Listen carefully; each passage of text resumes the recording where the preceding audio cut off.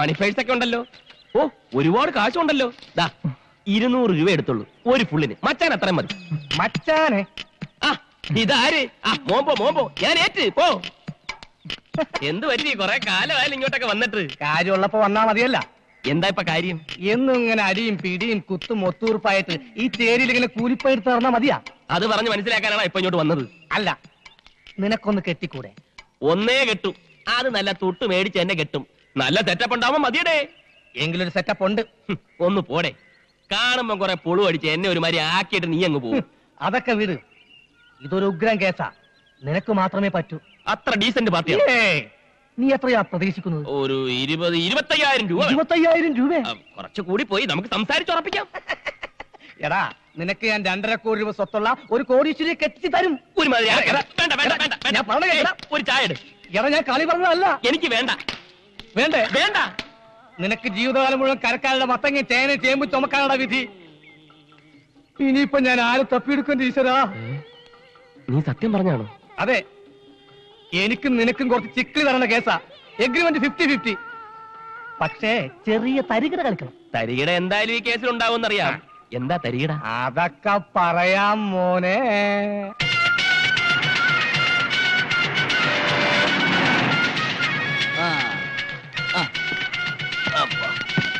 കണ്ണപ്പാ, ഇവിടെ വാ, ഇവിടെ വാ.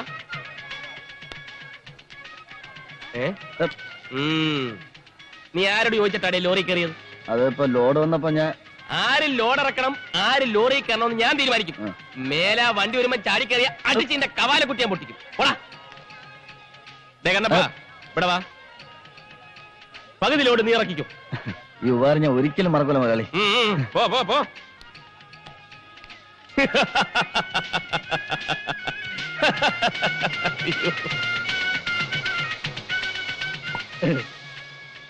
മച്ചാനെ, മച്ചാനെ,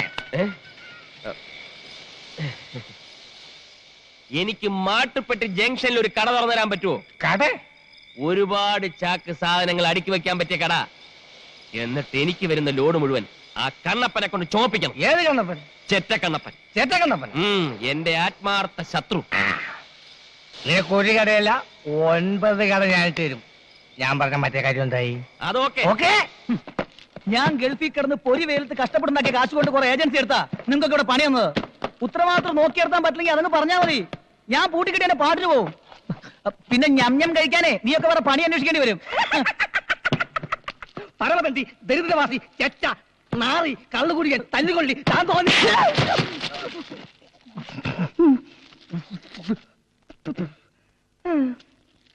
എന്താ ഇത്? അങ്ങനെ ഒരു ചെക്കനെ കിട്ടിയെന്ന് ഞാൻ പറഞ്ഞു വരികയായിരുന്നു. എങ്കിൽ പിന്നെ ഇങ്ങനെ ഒരു അടി കിട്ടാൻ നോക്കണ്ടായിരുന്നോ? അത് ശീലമായി പോയി. എന്റെ 50,000 അതൊക്കെ തരാം. പക്ഷെ അതിനു മുമ്പ് എന്റെ എല്ലാ പ്ലാനിങ്ങുകളും താൻ വ്യക്തമായിട്ട് അറിഞ്ഞിരിക്കണം. ആദ്യം അവരുടെ കല്യാണം, അത് കഴിഞ്ഞ് വധൂവരന്മാർ ആദ്യ രാത്രിയുടെ ലഹരിയിലേക്ക് മുഴുകുമ്പോ. ഓ മതി, നിർത്ത്. എന്തുപറ്റി? എനിക്ക് നാണാവുന്നു. അയ്യേ, അതിന് ഞാൻ അവരുടെ കിടപ്പറയിലേക്ക് അല്ല കടന്നിരുന്നത്. അല്ലേ? അല്ല, ഞാൻ ഒരുപാട് പ്രതീക്ഷിച്ചു. പിന്നീട് ആ പ്രഭാര പ്രഭുവിന്റെ അടുത്തേക്ക് ഞാൻ ചെല്ലും.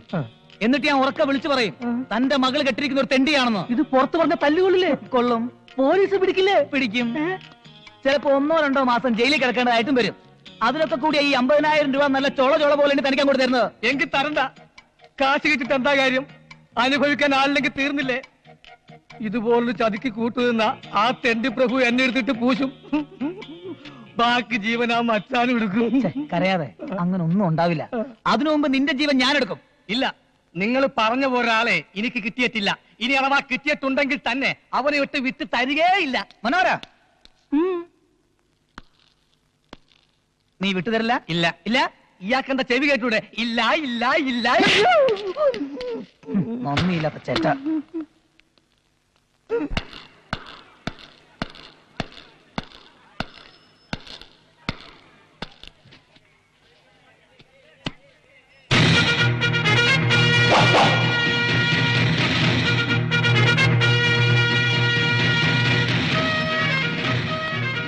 எவ்வளவு நோக்கி இருக்கிற களி? டேய் தங்கப்பா, எப்படி இருக்கா இந்த ஸ்டைல்? சூப்பர். உழைப்பாளி படத்துல ரஜினிகாந்த் மாதிரியே இருக்கு.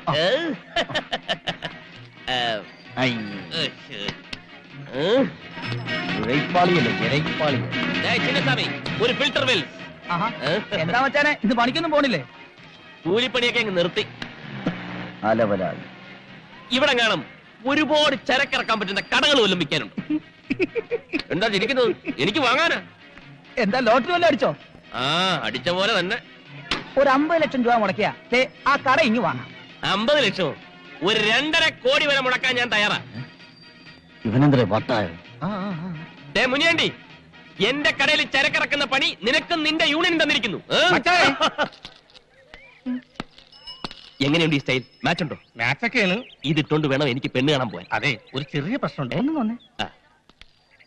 അതെ, പ്രശ്നം പറഞ്ഞാ വേറൊരുത്തർ എന്നെ പറഞ്ഞു വെച്ചതാ. അയാളുടെ പ്രതികാരം തീർക്കാൻ വേണ്ടിയാ ഈ കല്യാണം നടത്തണമെന്ന് പറഞ്ഞത്. ചതിയാ.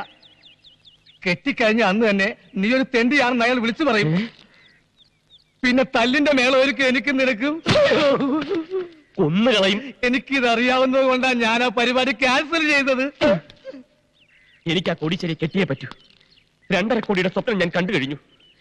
ഇത് നടന്നില്ലെങ്കിൽ പിന്നെ ആ കണ്ണപ്പന്റെ മുഖത്ത് നോക്കാൻ പറ്റില്ലടേ.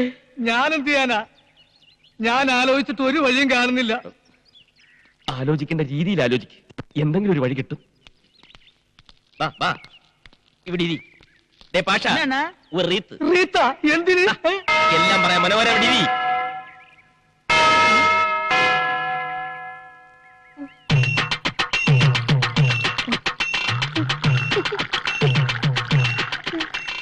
ഈ റീത്ത് എനിക്ക് ഇഷ്ടമായി. ഈ റീത്തിന്റെ കൂടെ തൊട്ട് നോക്കാൻ ഒരു പൂച്ചണ്ട് കിട്ടുവാ. അതൊക്കെ പുറകെ വരും. ഇതങ്ങോട്ട് പിടി. ആ കുടി. എനിക്കൊരു ബുദ്ധി തെളിയുന്നുണ്ട്. ബുദ്ധിയാ? അത് കളാ. അത് ഈ തലയിൽ എങ്ങനെ വരാനാ? ബുദ്ധിയല്ല, കെണി. കെണിയ? ആ കുശാകിന്റെ ബുദ്ധി. ഞാൻ ആദ്യം പറഞ്ഞ പെണ്ണിന് നീ കിട്ടുന്നില്ല. പിന്നെ പകരം ഇതേ ബുദ്ധി ഉപയോഗിച്ച് നമ്മൾ തൊട്ടടുത്ത വീട്ടിൽ കയറുന്നു. ആ വീട്ടിലെ കോടീശ്വരനായ മരമണ്ണ തന്തയെ വളക്കുന്നു. അയാളുടെ സുന്ദരിയായ ഒരു മകളെ മച്ചാൻ സ്നേഹിക്കുന്നു, അതിൽ വിജയിക്കുന്നു, പിന്നെ കെട്ടുന്നു. ഒരു 100 റെത്ത്. പക്ഷെ കെട്ട് കഴിഞ്ഞാ ഒരു 5 ലക്ഷം രൂപ നീ കമ്മീഷനായി തരണം. നീ എന്താ ആലോചിക്കുന്നേ? എന്നാലും കുറെ കാലം കഴിയുമ്പോ ഞാനൊരു കൂലിയാണെന്ന് അറിഞ്ഞാലും മാക്സിമം അറിയാതിരിക്കാൻ നോക്കണം. പിന്നെ അറിയുമ്പോഴേക്ക് മൊത്തം അടിച്ചിരുത്തോണ്ട് മുങ്ങിയിരിക്കണം. അടുത്ത ബസ്സിൽ പുറപ്പെടാം.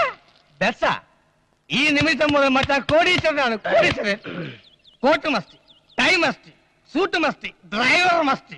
ഇത്രയും കാര്യങ്ങൾ മസ്റ്റാണ്. മസ്റ്റാണ്. എന്നാൽ ഉണ്ണികൃഷ്ണൻ മസ്റ്റ്. നല്ല മനസ്സോടെ ഡീസന്റ് ആയിട്ട് നടക്കുമ്പോ തല്ല് കിട്ടണ നാടേത്. എന്നോടൊന്നും പറയണ്ട മച്ചാനെ. ഈ ചതിക്കെങ്ങാനും കൂട്ടു നിന്നെന്ന് പറഞ്ഞ അച്ഛൻ എന്നെ കൊന്നുകളയും. ചേരിയിലെ പെണ്ണുമായി നീ പ്രേമത്തിലാണെന്ന് നിന്റെ അച്ഛൻ അറിഞ്ഞാലോ? ആ പെണ്ണിനെ പ്രേമിച്ച് പറ്റിക്കാൻ വേണ്ടി അവളുടെ പുറകെ നടക്കുകയാണെന്ന് റൗഡി രാജപ്പനോട് ഞാൻ പറഞ്ഞാലോ?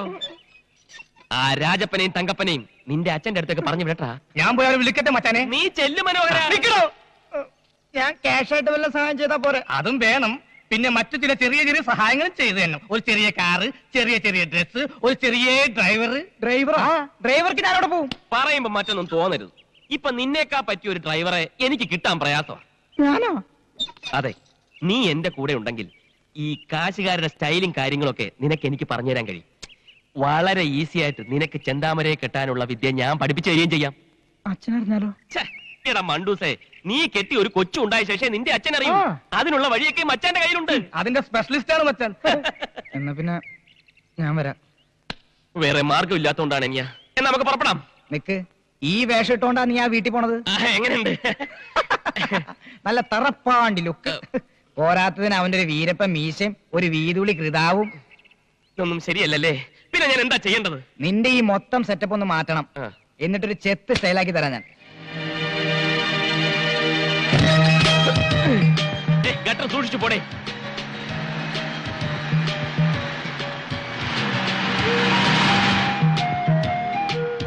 വെളിയിൽ നിന്നുള്ള അണ്ടിയുടെ വരവോടെ നമ്മുടെ അണ്ടിക്ക് മാർക്കറ്റില്ലാണ്ടായി പോയി.